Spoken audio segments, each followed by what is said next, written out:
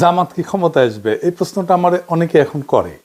আমি সবাই উত্তর দিই, জামাত ক্ষমতায় যাওয়ার এক উজ্জ্বল সম্ভাবনা তৈরি হয়েছে, কিন্তু যাইতে পারবে কিনা এটা নির্ভর করবে একান্তভাবে জামাতের উপরে। আমার ব্যক্তিগতভাবে মনে হয়েছে জামাত হয়তো নিজেও মনে করতে পারতেছে না যে তারা ক্ষমতায় যেতে পারে। তাহলে কি করলে জামাত ক্ষমতায় যেতে পারে বা ক্ষমতায় যাওয়ার সম্ভাবনা আরো উজ্জ্বল হয়, সেটার আলাপ আজকে। আগে দেখে নি জামাতের জন্য ইলেকশনে জেতাটা কেন খুবই সম্ভব, আর কেনই বা জামাত জিততে পারে। প্রথম কারণ হইতেছে যে দেশের মানুষ নতুন রাজনৈতিক শক্তিকে ক্ষমতায় দেখতে চায়।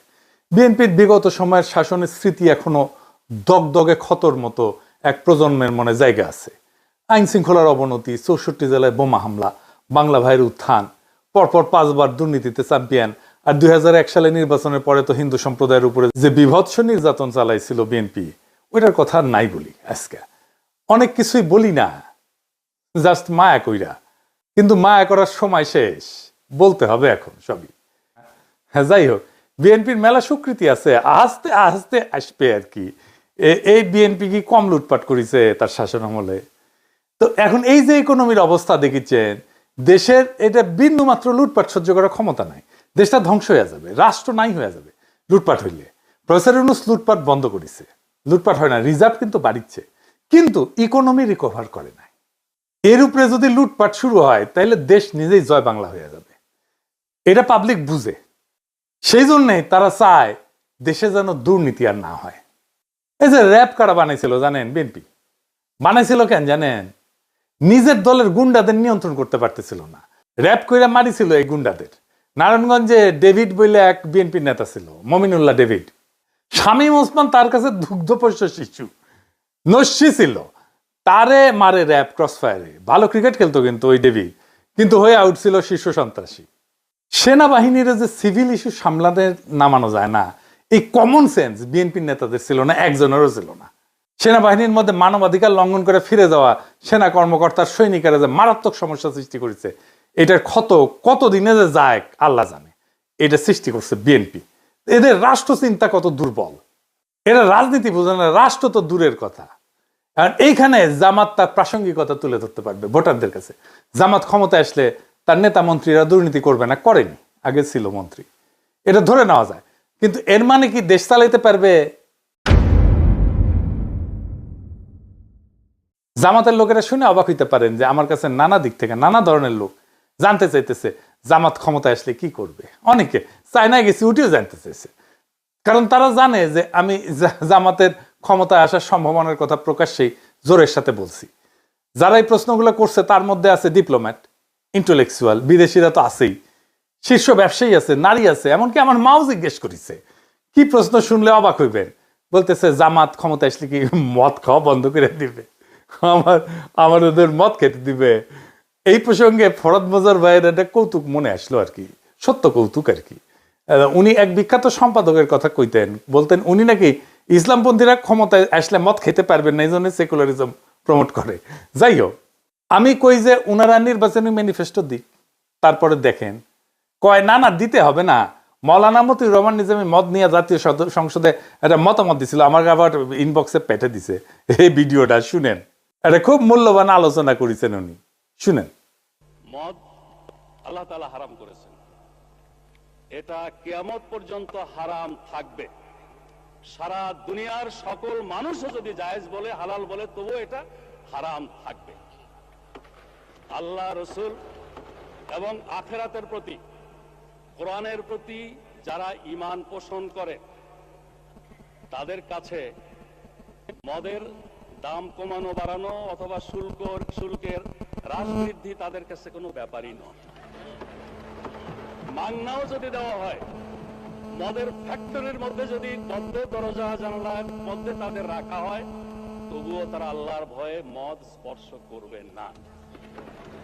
মানে স্পিকার, আমি তাদের উদ্দেশ্যে বলতে চাই, তারা যদি সত্যি এটা নিয়ে রাজনীতি না করতে চান, আন্তরিকভাবে মদ বন্ধ হোক এটা চান, তাহলে মদ বন্ধ তো ইসলামী অনুশাসন পুরোপুরি চালু ছাড়া হতে পারে না। ইসলামী রাষ্ট্র ব্যবস্থা, সমাজ ব্যবস্থা শিক্ষা ব্যবস্থা চালু হওয়া ছাড়া হতে পারে না। অনুশাসন কায়েমের আন্দোলনকে বলেন মৌলবাদ, বলেন সাম্প্রদায়িকতা, বলেন ধর্মান্ধতা। যতদিন তারা ইসলামী রাষ্ট্র ব্যবস্থা, সমাজ ব্যবস্থার আন্দোলনকে মৌলবাদ, সাম্প্রদায়িকতা, ধর্মান্ধতা বলা বন্ধ না করছেন, ততদিন মদের ব্যাপারে তাদের কোনো প্রশ্ন তোলার অধিকার নাই। মানে স্পিকার, এই ব্যাপারে আর একটা পিকচার আমি আপনার সামনে আনতে চাই।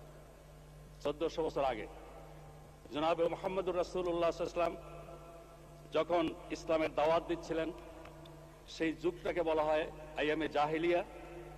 তখনকার দিনে মানুষের মদের আসক্তি আরো অনেক বেশি ছিল। আরবি ভাষায় দেখেছি মদের নাম 200-এরও বেশি। তাদের কাব্য সাহিত্যে মদের বন্দনায় ভরপুর। সেখানে বাড়িতে বাড়িতে মদের মটকি ছিল। আমেরিকার মতো এরকম প্রচার মিডিয়া ছিল না মোটিভেশনের জন্য। কিন্তু ইমানি শক্তি, আল্লাহ, রসুল, আখিরাতের প্রতি বিশ্বাস এমন একটা শক্তি, এই শক্তির বলে সেদিন পর্যায়ক্রমে মানুষকে তৈরি করে নিয়ে যে মদ নিষিদ্ধ করা হয়েছিল, আজকেও মুসলিম বিশ্বের সংখ্যাগরিষ্ঠ মানুষ আইনের কারণে নয়, আল্লাহর ভয়ে মদ থেকে দূরে থাকে। তো আমি এটা শুনে কই যে আমিও তো মদ খেতে নিষেধ করি, মানে আমি মানে ডাক্তারেরা আর কি। তো ওনারা কয় না না, ডাক্তাররা নিষেধ করলে সেটা অন্য কথা, কিন্তু মদ খেতে দিতে হবে। আমি কই না, খেতে দিলে সমস্যা কি? ওনারা বলেন যারা মদ খায় তারা তো এলিট, তারা ইকোনমি মেনটেন করে। তা আমি কইলাম না না না, এই যে বিএনপির জামাই কোটা বুদ্ধিজীবী, সে তো এলিট, সে তো মদ খায় না। তো এই প্রসঙ্গে একটা ইন্টারেস্টিং কৌতুকের কথা মনে আসলো, বিএনপি প্রসঙ্গে আর কি, মদ খাওয়া প্রসঙ্গে। জাদু মিয়া ছিলেন না, মশিউর রহমান জাদু মিয়া, ন্যাপ করতেন। তো বিএনপি তো ন্যাপ, মুসলিম লীগ আর সুটকা চাটকা আওয়ামী লীগ মিলে তো বিএনপি তৈরি। তো উনি মশিউর রহমান জাদু মিয়া পরে বিএনপি প্রতিষ্ঠাতাদের একজন ছিলেন আর কি। কথিত আছে যে মশিউর রহমান জাদু মিয়া এই অগ্নিজল পান করার অভ্যাস ছিল আর কি। তো ভাষা নিয়ে বক্তৃতা দিচ্ছেন, পাশে জাদু মিয়া বসে আছে। তো কইতেছেন ভাষা নিয়ে অগ্নিঝরা কণ্ঠে কইতেছে, চালের দাম বাড়িছে, ডালের দাম বাড়িছে, তেলের দাম বাড়িছে, মদের দাম বাড়ছে কিনা কইতে পারবো না, জাদু মিয়া কইতে পারবে। তো এই মদ খাইতে পারবো কিনা এটা একটা বিরাট জিজ্ঞাসা। যারা মদ খায় না তারা আরো বেশি জিজ্ঞায়। নারীরা বলে যে তারা তাদের পছন্দ মতো পোশাক পরতে পারবে কিনা। একজন তো কইলো যে বিকিনি পরতে পারবে কিনা। আমি কইলাম বাংলাদেশের মেয়েরা কি সিবিসে বিকিনি পরে? হ্যাঁ, তো কয় না, পরে না, কিন্তু পড়তে পারবে কিনা।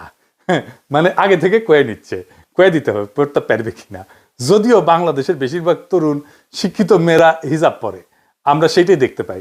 তারপরেও এই আতঙ্ক ছড়ানো হয়েছে বা হইতেছে। 1922 সালে কতটুকু পা খোলা রাখতে পারবে মেয়েরা, সেটা নিয়ে পুলিশ ধরতে আমেরিকার সিবিসে যায়। আর আমাদের এখনই দেওয়াই লাগবে বিকিনি পরার জন্য, পারমিশন দেওয়াই লাগবে। হ্যাঁ, আমার তো আপত্তি নাই, হ্যাঁ, আমি তো দিবেরই চাই। আমাক দেন রাষ্ট্রপতির পদে দাঁড়াই, আমাকে মার্কা মনে আছে তো, বুলডোজার, সিল মারো রে সিল মারো, বুলডোজারের সিল মারো, মাইরা দেন, আমি বিকিনি পরার ডিক্রি জারি করে দেবো প্রথম দিনই। যাই হোক, দুর্নীতি বন্ধ করবে জামাত, সাথে সাথে এক মহা সমস্যা শুরু হবে। কি সেই সমস্যা? মহারাজ, বিশাল সমস্যা। এই যে রাষ্ট্রযন্ত্র, তার প্রত্যেকটা নাট বল্টু দুর্নীতিগ্রস্ত, চেয়ার টেবিল পর্যন্ত ঘুষ খায়। যেই আমলাতন্ত্রের উপরে সে বৈশা রাষ্ট্র চালাবে সেটাই তো করাপ্ট, আগা পাঁচতলা করাপ্ট। ব্যাংক থেকে লোন নিতে গেলে ব্যবসা প্রতিষ্ঠানগুলোকে ঘুষ দিতে হয়, ব্যাংকের এমডি কে, বোর্ড মেম্বারদেরকে। যে লোন নিবে সে তো কাস্টমার, তারাই তো তেলাবে ব্যাংক। তা না, উল্টা যে সেল করিচ্ছে সেই তেলা, সে তারই কাস্টমার তেলাইতেছে। এটা কেমনে ম্যানেজ করবে জামাত? এটার একটা সিস্টেম লাগবে। এই সিস্টেম ওদের মাথায় আছে কিনা কে জানে। জামাতের মন্ত্রিসভা কেমন হবে? নারী মন্ত্রী থাকবে কিনা, কয়জন থাকবে? জামাতের সুরাতেও তো নারী সদস্য নয়। জামাতের কিন্তু একটা আলাদা নারী সংগঠন আছে যার নাম হচ্ছে বাংলাদেশ মহিলা জামাত ইসলাম।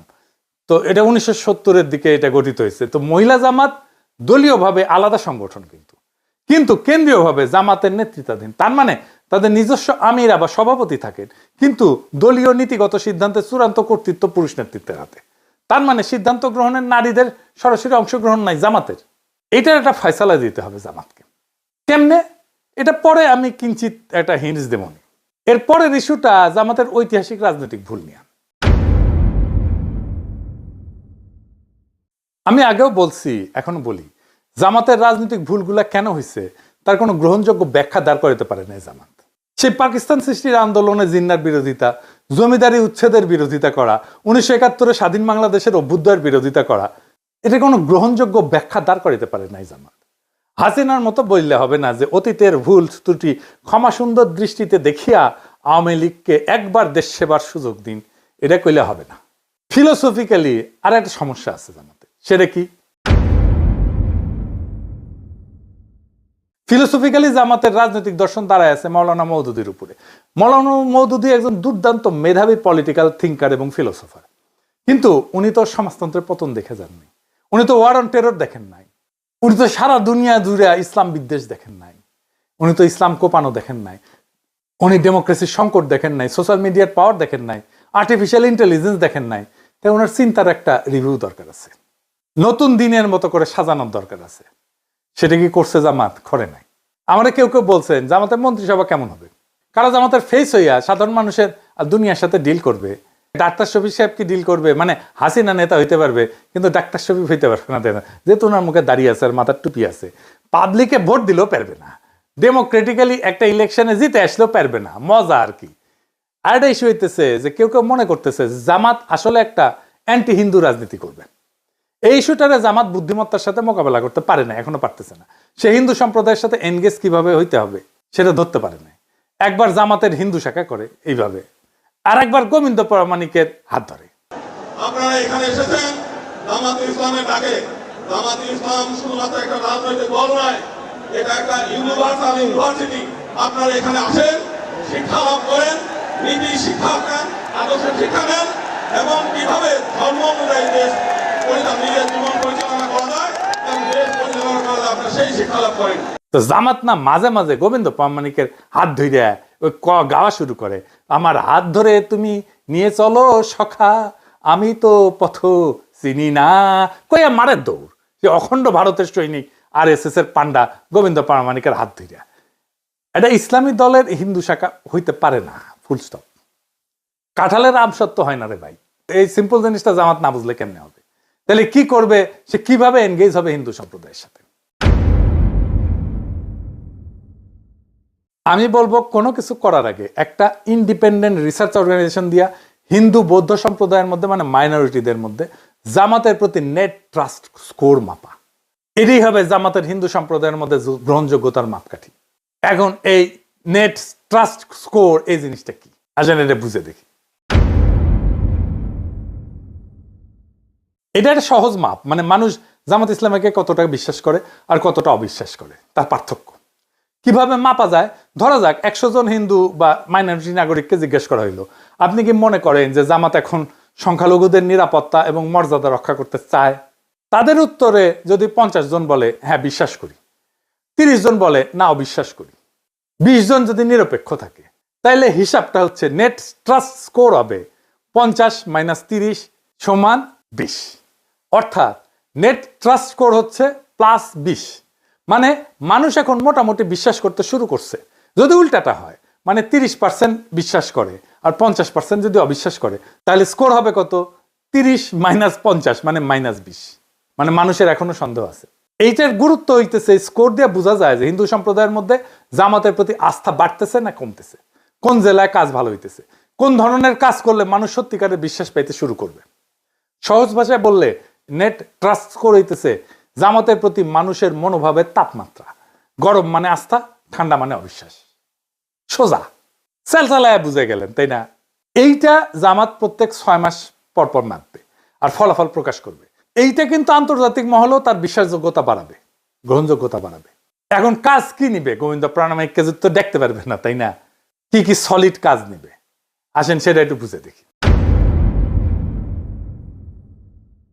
প্রথমে জামাতকে একটা মাইনরিটি চার্টার ঘোষণা করতে। এই মাইনরিটি চার্টার মানে হইতেছে এক ধরনের প্রতিশ্রুতি বা শপথনামা, যেখানে জামাত ইসলাম প্রকাশ্যে বলে দেবে তারা এখানে ধর্ম দেখে না, ন্যায় মানবিকতা দেখে রাজনীতি করবে। এই চার্টারে বলা থাকবে দেশের হিন্দু বৌদ্ধ খ্রিস্টান সহ সব নাগরিকদের নিরাপত্তা, সম্মান আর সমান সুযোগ নিশ্চিত করা জামাত নৈতিক দায়িত্ব বলে মনে করে। প্রথমে বলা হবে যে সবাই নিজের ধর্ম পালন করতে পারবে কোনো ভয় বা বাধা ছাড়াই। কেউ কাউকে ধর্মান্তরিত করার চেষ্টা করবে না, মন্দির গির্জা বা অন্য উপাসনালয়ে নিরাপত্তা নিশ্চিত করতে জামাত নিজের লোকজন দিয়ে প্রয়োজনে সহায়তা করবে। কোথাও সহিংসতা বা দখলবাজি হলে দলের পক্ষ থেকে প্রকাশ্যে নিন্দা জানানো হবে এবং অপরাধী জামাতেরই হোক বা অন্য কেউ হোক তার বিরুদ্ধে ব্যবস্থা নেওয়া হবে। চার্টারে এটাও বলা থাকবে যে চাকরি, শিক্ষা, সরকারি সুযোগ এটাতে কারো ধর্ম কোনো বাধা হবে না। জামাত পরিচালিত কোনো স্কুল, কলেজ, শিক্ষা প্রতিষ্ঠান বা প্রতিষ্ঠানে হিন্দু বা অন্য ধর্মের মানুষ সমান সুযোগ পাবে। ভূমি বা সম্পত্তি দখল বা জবরদখল হলে ন্যায় বিচারের জন্য আইনি সহায়তা দেওয়া হবে। নারী এবং তরুণদের অংশগ্রহণে গুরুত্ব দেওয়া হবে। হিন্দু মেয়েরা চাইলে জামাতের সামাজিক শিক্ষা কার্যক্রমে যুক্ত হতে পারবে। সবশেষে একটা স্পষ্ট প্রতিশ্রুতি থাকবে, জামাত শুধু ইসলাম রক্ষা না, জামাত ন্যায় রক্ষার রাজনীতি করে। সংখ্যালঘু নাগরিকদের মর্যাদা রক্ষা করাটা ইসলামের আসল শিক্ষা, এই কথাটা তারা প্রকাশ্যে বলবে। এই চার্টার গুরুত্বপূর্ণ কারণ এটা দেখাবে যে জামাত বদলাইছে। এটা হিন্দু সম্প্রদায়ের মধ্যে আস্থা ফিরে আনবে এবং আন্তর্জাতিক মহলে ইতিবাচক ভাবমূর্তি তৈরি করবে। আর বাংলাদেশে ন্যায়ের রাজনীতির একটা নতুন ভাষা দিবে। সংক্ষেপে মাইনরিটি রাইটস চার্টার হইতেছে জামাতের বিশ্বাস ফেরানোর অঙ্গীকারপত্র, যেখানে তারা বলে সব নাগরিকই আমাদের, কেউ সংখ্যালঘু না। এইরকম একটা চার্টার নারীদের জন্য করা যায়। আর হ্যাঁ, এলিটদের জন্য মদ খাওয়ার জন্য কি করবে এটা জামাত নিজেরা বুঝে দেখুক, যেন সমস্ত সমাজে নেট ট্রাস্ট বাড়তে থাকে জামাতের প্রতি। এখন জামাত আসলে হিন্দু সম্প্রদায়ের সাথে কিভাবে এনগেজ হবে? যদি জামাত ইসলাম সত্যি হিন্দু কমিউনিটির সাথে অর্থভাবে এবং রাজনৈতিকভাবে ফলপ্রসূ এনগেজমেন্ট করতে চায়, তবে পুরানো সহাবস্থান বা ধর্মীয় সহনশীলতার কথা বললে কাজ হবে না। এখন দরকার হবে ইনোভেটিভ, ইন্টেলেকচুয়াল, সাবভার্সিভ এবং ন্যারেটিভ চেঞ্জিং আইডিয়া, যা সাইমালটেনিয়াসলি হিন্দু কমিউনিটির আস্থা অর্জন করবে, নাম্বার 1। নাম্বার 2, জামাতের আদর্শের মধ্যে থিওলজিক্যাল কনসিস্টেন্সি রাখবে। 3 নাম্বার হইতেছে রাজনৈতিকভাবে আন্তর্জাতিক গ্রহণযোগ্যতা তৈরি করবে। আমি কয়েকটা ইনোভেটিভ আইডিয়া দিতেছি, এগুলোই সব না, বা এগুলোই যে চূড়ান্ত তাও না, এগুলো চিন্তা করা যাইতে পারে, আমি আইডিয়া হিসেবে দিতেছি। এগুলো আমার মতে বাস্তবে প্রয়োগযোগ্য এবং কৌশলগতভাবে গেম চেঞ্জার হইতে পারে, আর হিন্দু সম্প্রদায়ের সাথে পলিটিক্যালি জামাত যুক্ত হইতে পারবে। নাম্বার 1, কমন গুড পলিটিক্স বা ইসলামিক ভাষায় নাগরিক সংহতি।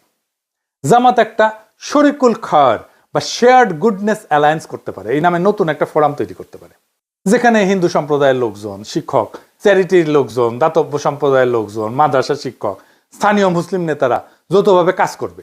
কিসের জন্য কাজ করবে? সামাজিক ইস্যুতে কাজ করবে। যেমন ধরেন নিরাপদ পানি, স্যানিটেশন, শিক্ষা, পরিবেশ, দারিদ্র দূরীকরণ, স্বাস্থ্য, এই সমস্ত বিষয় নিয়ে কাজ করবে। তার ফলে নৈতিক কাজকে কেন্দ্র করে একটা রাজনৈতিক একতা তৈরি হবে। একটা ইন্টারেস্টিং কাজ করা যায়, যেমন ধরেন ফেইথস অফ বেঙ্গল এই নামে ফেস্টিভ্যাল করতে পারে, উৎসব।